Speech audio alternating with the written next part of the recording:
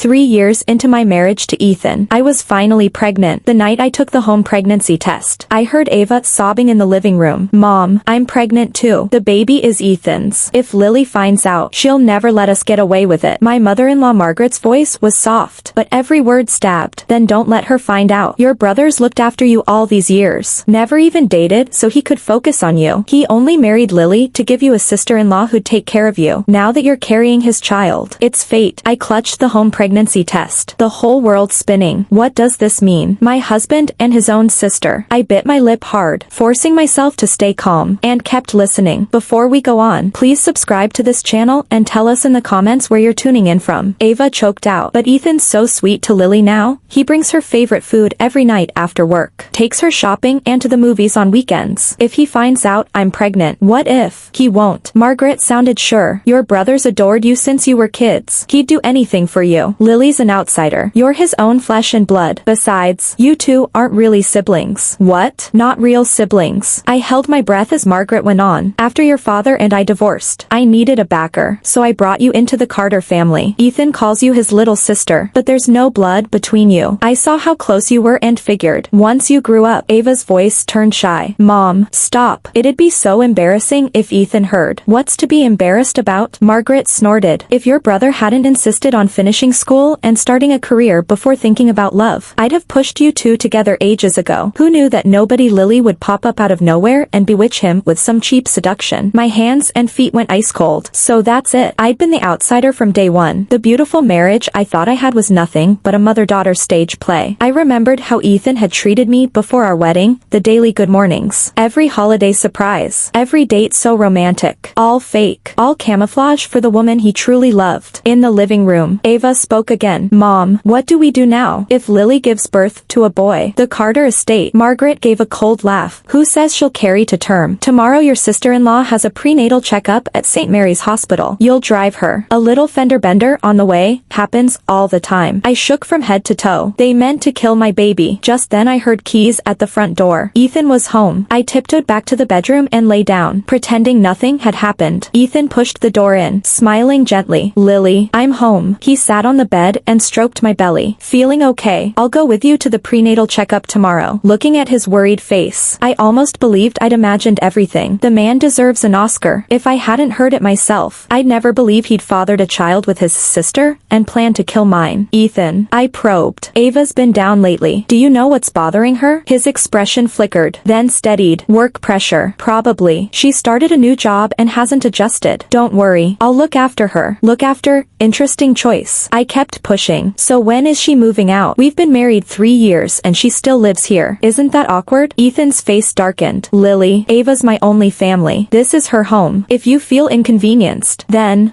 what?" I stared straight at him. He looked away. "Nothing. I'm taking a shower." Watching him flee, my rage burned hotter. Orphaned young, I'd always longed for a warm family. When I met Ethan, I thought I'd found the man I could trust for life. Now I see I'm the punchline. In this house, I'll always be the outsider. I pulled out my phone and started checking legal statutes. Since they've shown no mercy, don't blame me for returning the favor. We'll see who laughs last. Early next morning, Ava volunteered to drive me. "Sis, Ethan has an urgent board meeting, so I'll take you for the prenatal checkup. I've been feeling off myself. I could use a checkup too." I smiled on the surface, sneering inside. Here it comes. Opening move of their scheme. Before leaving, I slipped a voice recorder into my bag. "If we're playing, let's play for keeps." Chapter 2. On the way to St. Mary's Hospital in Riverdale, New York, Ava was the picture of thoughtfulness. She kept asking how I felt, warning me to stay safe. "Sis, you're the family hero now, carrying the Carter heir. Ethan can't wait for this baby to arrive." I almost laughed out loud. "If you're so eager, why sleep with your sister? Why plot to murder this child?" "Ava, you're pushing 30. When will you get a boyfriend?" I baited her. Panic flashed across her face before she masked it. I want to focus on work a few more years. Besides, men out there are unreliable. Family's the only sure thing. Like Ethan, he's the best man in the world." Her eyes glowed strangely when she said it. I clenched my fists. "Shameless, coveting her own brother and dressing it up as purity. You're right. Ethan is great, I agreed. Though sometimes he's too protective of you. I feel he treats you better than he treats me. His wife, Ava, lifted her chin. Naturally, we grew up together. Our bond is thick. Unlike some people who barged in, how can an outsider compare to blood? Blood. She has the nerve. True. I nodded. Still, I'm sure Ethan knows what matters. I'm carrying his child. I'm the mother of his son. Ava's face twisted. Yes, you're pregnant.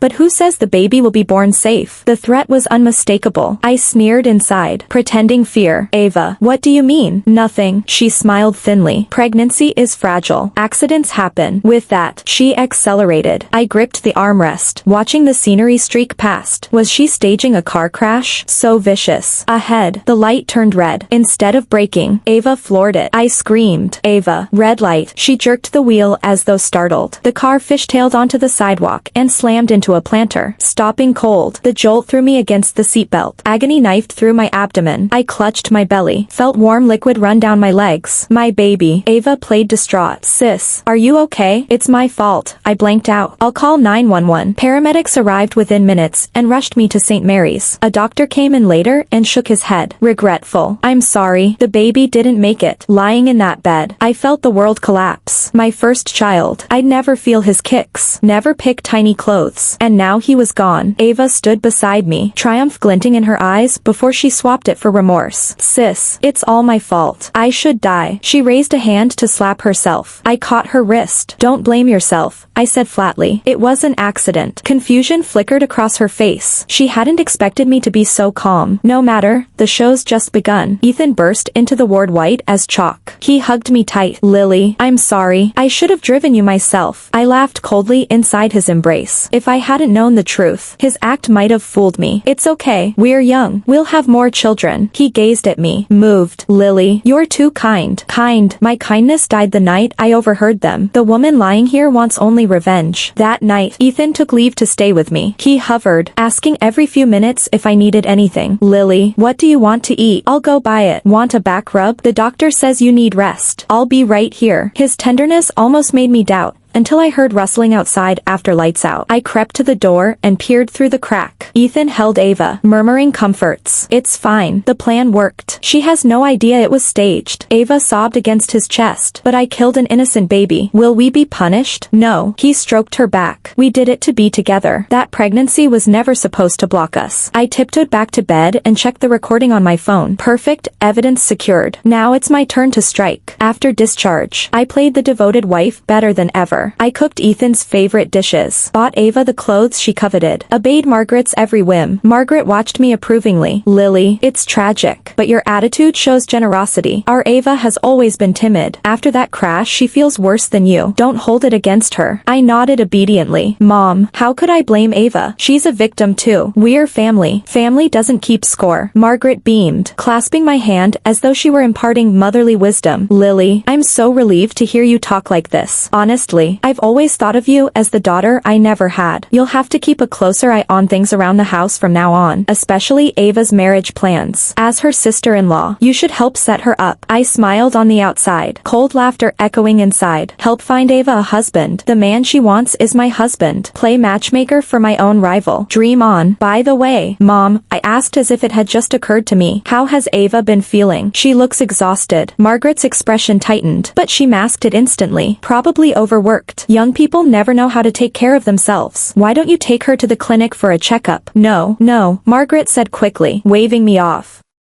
Just a little bug. She'll be fine in a few days. I nodded, pressing no further, but I knew Ava's baby was nearly 3 months along. Soon it would show. Sure enough, the next morning I heard retching from the bathroom. Ava. I tapped on the door. Ava, are you okay? I'm fine. Must have been something I ate last night. She answered weakly. Want me to run you to St. Anne's clinic? No need. A little rest and I'll be good. When she emerged moments later, her face was white, yet her eyes sparkled with excitement. She was secretly rejoicing over the life inside her. In her mind, with my child out of the way, she and Ethan could finally be together openly. Too bad she didn't know I already knew everything. Ethan had been away on business for 3 days, and in those 3 days, I watched every move the two women made. Margaret began simmering tonic soups for Ava, and even bought prenatal vitamins. Ava started avoiding foods she once loved, like spicy pork, afraid they might hurt the baby. Every sign confirmed it. She was pregnant, and to them this child was priceless. The night Ethan returned, I pretended to turn in early. Soon their voices drifted from the living room. Ava, how are you feeling? Any nausea? Ethan's tone dripped concern. Just a bit queasy in the mornings, Ava cooed. Mom says that's normal till the second trimester. You're a trooper. His voice softened. In a few weeks I'll divorce Lily and marry you. When our child arrives, he'll be the legitimate Carter heir. You promise? Ava sounded breathless with joy. Swear you're not lying? When have I ever lied to you? He chuckled. I only married Lily to give us cover. Now that the job's done, she's expendable. I almost burst in to claw their faces. My marriage had been a smokescreen from day one. To Ethan, I was nothing but a disposable prop. Then Margaret spoke again. Ethan, I won't stand in the way of a divorce, but the division of assets has to be handled. Lily mustn't walk away with a dime. Ethan snorted. Relax, Mom. I've mapped it out already. I'll start shifting assets bit by bit. By the time we split, she'll be penniless. We'll slap an affair on her, quick divorce, and zero payout. Ava worried. Will she buy it? What if she demands proof? Proof? Ethan laughed. Smug. Easy. I'll hire some guy to pose for cozy photos with her. Fabricated evidence in the bag. Who's going to believe a woman with no family backing? What storm could she raise? I lay rigid with fury. So, Ethan, you think I'm a toy you can toss when bored? Strip me of everything. Brand me a cheater. You underestimate me. I opened my phone and recorded every word. Since you can play dirty, don't blame me for playing rough. Next morning I offered to host a congratulatory dinner for Ethan's big deal. Signing that contract was incredible. Babe, let's celebrate at Golden Phoenix Hotel. We'll invite Mom and Ava. Surprised. He agreed. Perfect. A little family bonding. Golden Phoenix was the city's top hotel. Our private room glittered like Versailles. I ordered Ava's favorites myself and personally poured her fresh juice. Ava, you're pale. Working too hard? Take it easy. Your health comes first. Panic flitted across her eyes before she forced a smile. Thanks, sis-in-law. I'm fine. Suddenly, I switched topics. I have great news to share. Ethan looked up, curious. I drew a breath and flashed my brightest smile. I'm pregnant again. The room froze. Ethan's face drained. His wineglass nearly slipped. Margaret's jaw dropped. But Ava stole the show. First she stared, unbelieving. Then her complexion turned slate. And finally she burst into loud sobs. No. How? Impossible. Tears streaming. She blubbered, oblivious to decorum. I feigned concern. Ava, what's wrong? Aren't you thrilled for me? Only then did she realize her gaffe. Frantic to swipe the tears away. Of course I am. I'm just so happy I'm crying. Happy tears, right? I beamed. Me too. I'll guard this baby with everything I've got. Ethan finally found his voice, forcing a grin. Really? When did you test? Yesterday, I said, cupping my belly. The home pregnancy test lit up 3 times, and the blood work at St. Anne's confirmed it. Due next spring. Such a cooperative little miracle. I cooed. Margaret's smile looked stapled on. Wonderful, wonderful. Cold. Nothing like her warm reaction the first time. Ava fidgeted, dashing to the powder room, complaining of a headache. I savored every second while playing innocent. Ava, you're so pale. Should we stop by St. Anne's? No, she shrieked, then added, shaky. I'm okay. Just a sugar drop. Sleep will fix it. The air curdled with embarrassment. I tilted my head. You seem upset today. She inhaled, rearranging her face. Not at all. I'm over the moon. You'll be a mom again and I'll be an aunt. How could I not be excited? Exactly, I said. When the baby arrives you'll be his favorite little auntie. You'll babysit, won't you? Ava's color worsened. She managed a wooden nod. Ethan sat mute, dazed, clearly still processing the bombshell. I knew his thoughts. A new pregnancy torpedoed their timetable. And Ava, already past 3 months, would show soon. How would they explain that? Halfway through the meal, Ava clamped a hand over her mouth and bolted for the ladies' room. Margaret hurried after her. Ethan and I were alone. Ethan, you okay? I asked gently. You've been somewhere else all evening. He produced a weak smile. Just tired. Take tomorrow off, I suggested. Rest, and come baby shopping with me. His spoon clattered to the table. Shop. Isn't it a bit early? Not at all, I chirped. So much to pick out. Crib, stroller, tiny clothes, toys. I can hardly wait. Ava finally cracked, slamming her bowl down. I'm done eating. With that, she bolted out of the dining room. I put on my best innocent face. What's wrong with Ava lately? She's been so irritable. Could it be work stress? Margaret offered a sheepish smile. Young people feel the pressure. I guess. She'll calm down in a few days. I nodded. nodded and let the subject drop. But I knew the two of them had to be frantic. Their perfect plan had just gone up in smoke. For the next several days, I stayed home to nurture the pregnancy. Each morning I rested a hand on my belly and spoke to my baby, making Ethan listen for kicks. Ethan, quick. Come feel. It's still early, but I swear the baby's saying hello. Each time he obeyed with obvious reluctance, brushing his fingers over my stomach. Really, I don't feel anything. Maybe you pressed too hard. I cooed. The baby's shy. In a few months the kicks will be impossible to miss. His face flushed pale, then green. He knew that if this pregnancy stuck, Ava's child would spend its whole life in the shadows. It could never inherit the Carter fortune. Worse, forcing Ava's baby into the open would expose their affair. They'd be ruined, socially, financially, everything. Ava herself was unraveling. The morning sickness was getting worse, and a small swell had begun to show. Every day she dashed to the bathroom to retch, emerging whey-faced and shaking. Each time I asked sweetly, Ava, are you sure you're not sick? You look awful. Want me to drive you to St. Mary's for a checkup? She always refused in a brittle voice. No, I'm fine. But panic quivered underneath. That morning I was on the living room sofa scrolling through Netflix when raised voices burst from Ava's room. She was on the phone with Ethan. Big brother, what do I do? She's pregnant again. So our baby stays hidden forever? In a month I won't be able to suck in my stomach at all. Ethan snapped. Calm down, let me think. Think of what? She sobbed. Unless she loses this one too, we'll never be together. So what do you suggest? His tone turned glacial. Another car crash? That was risky enough. Push our luck and she'll figure it out. Ava went quiet, then whispered, we switch methods. Like, food poisoning, she said. Venom dripping. I can slip something into her meals. Careful dosing, miscarry. But no fatality. We blame a random bug in the food. Case closed. A chill crawled over me. These two dogs were plotting to murder my child, again, and this time with poison.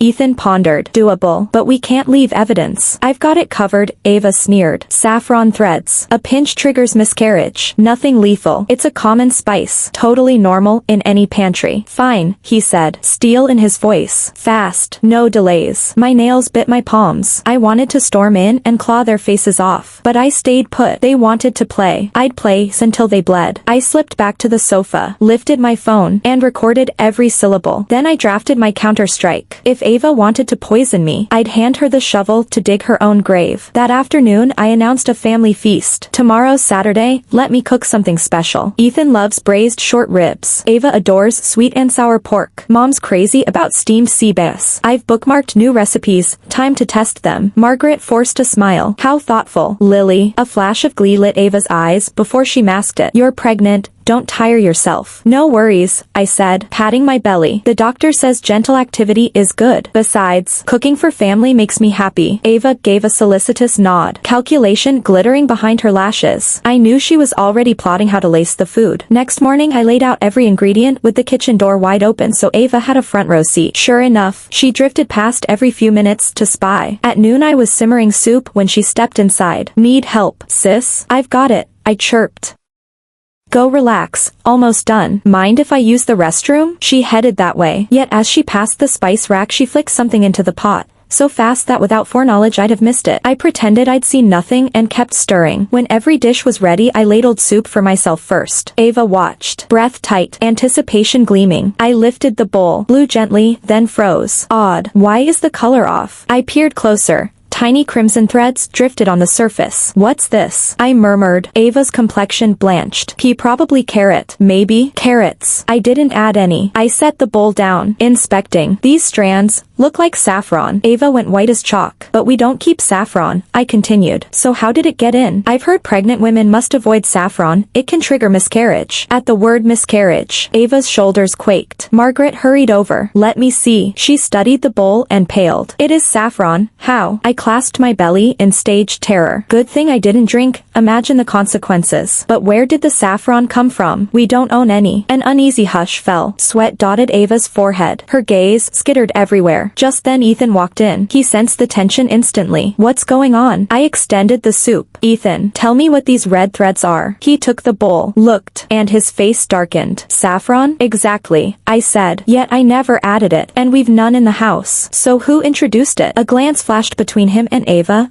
panic shared in a heartbeat. Margaret's voice tightened. You're right. We've never bought saffron. Then how did it appear? I hugged myself theatrically. I almost swallowed this. What if next time the mistake is worse? I'm carrying a child. Margaret nodded grimly. We need answers. Ava recoiled when she heard the word poison. I pressed on. Ava, you're certain you aren't carrying saffron? No, she insisted. Then you won't mind if we check your room, I said softly. Innocence clears itself. Ava's eyes flicked to Ethan in desperation. He offered no help. Refusal would scream guilt. Margaret was already marching. Let's go, now. Inside Ava's room I swept my gaze over every surface. In a vanity drawer stood a tiny glass vial. What's this? I lifted it before she could lunge. I unscrewed the cap. Crimson filaments, saffron. Isn't this saffron? Ava, you said you had none. Ava stammered. That's not mine. I've never seen it. Margaret's face hardened. Ava, explain, now. Ava looked from one accusing stare to the next and crumbled. I never meant to hurt Lily. I just.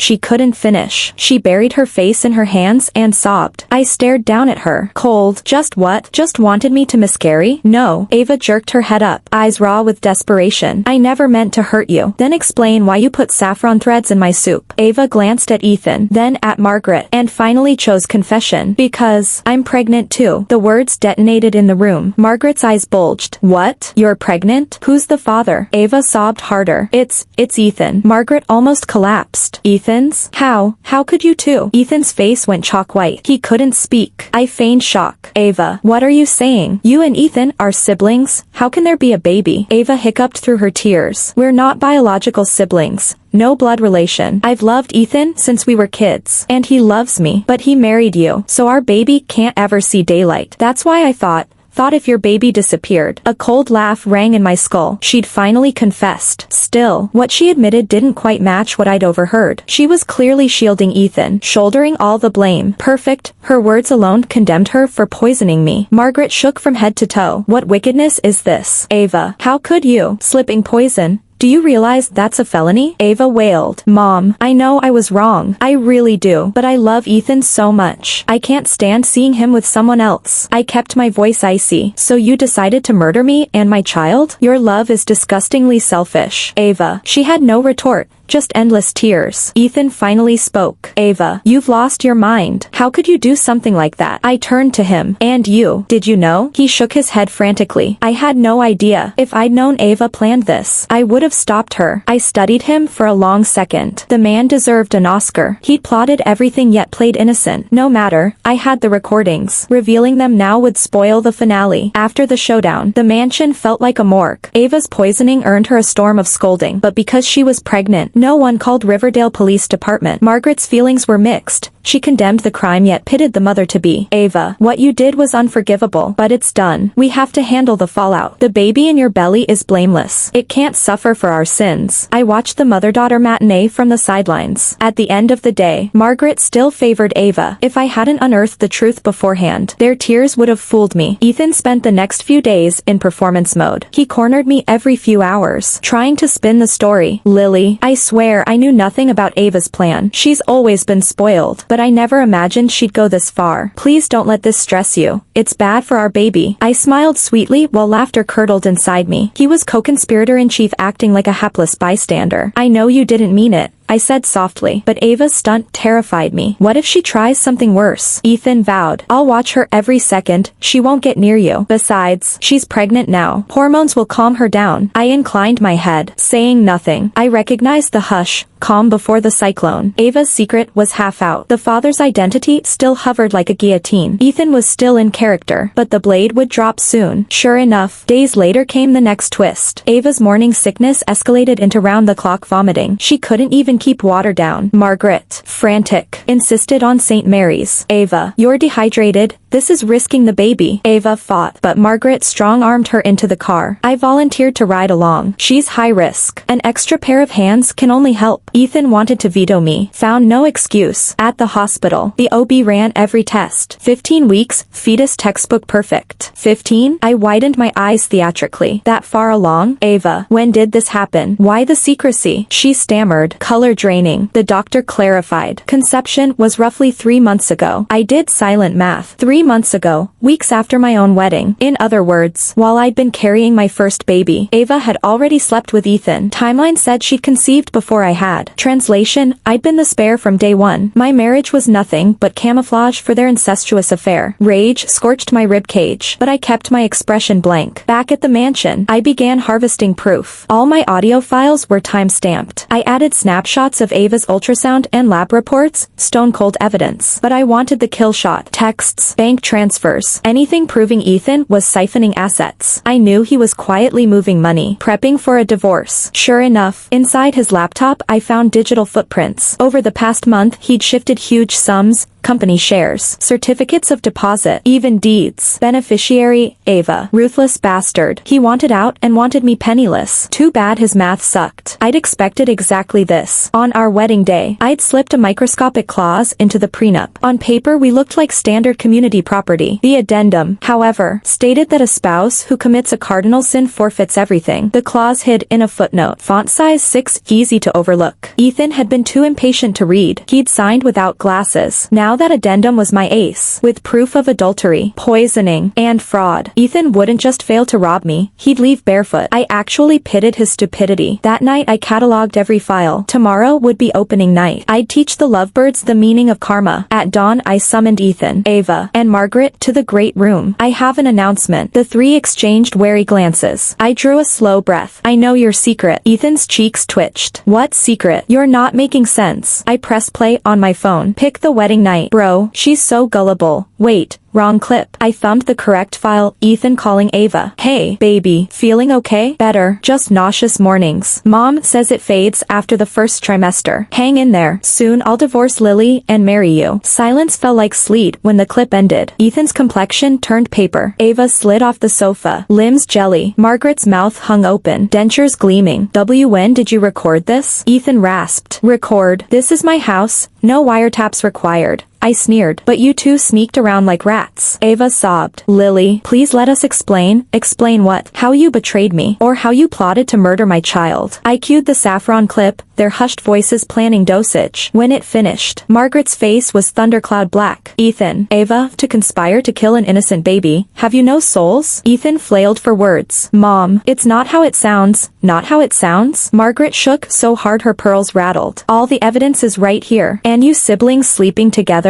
Disgusting. I watched.